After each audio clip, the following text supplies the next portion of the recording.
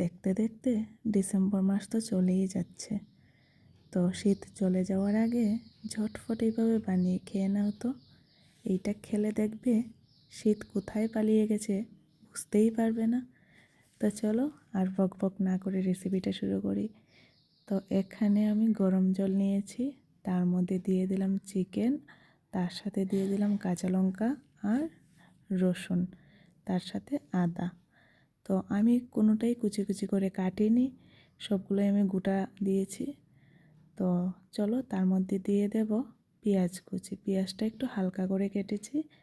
আর তারপর দিয়ে দিচ্ছি এখানে নুন, নুনটা পরিমাণ মতো দেবে, কারণ জলটা শুকিয়ে গেলে কিন্তু নুনটা অনেক সময় বেশি হয়ে যায়, তাই নুনটা একটু বুঝে তারপর দেবে। তো চলো এখন আমি এটাকে ভালো করে নাড়িয়ে নেব। আর তার আগে বলছি, তোমরা যদি আমার ভিডিওটা ফেসবুক থেকে দেখে থাকো তাহলে অবশ্যই একটা ফলো করে দিও, আর যদি আমার ইউটিউব থেকে দেখে থাকো তাহলে অবশ্যই চ্যানেলটাকে একটা সাবস্ক্রাইব করে দিও প্লিজ। তো চলো বলতে বলতে আমার চিকেনটা সিদ্ধ হয়ে গেছে এখানে, এই যে দেখো।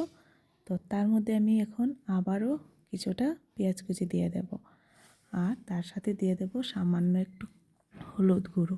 হলুদ গুঁড়ো দিলে ভালো লাগে, কালারটা বেশ দারুণ আসে।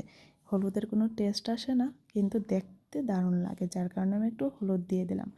তার সাথে দিয়ে দিচ্ছি এখানে আমি ধনেপাতা কুচি।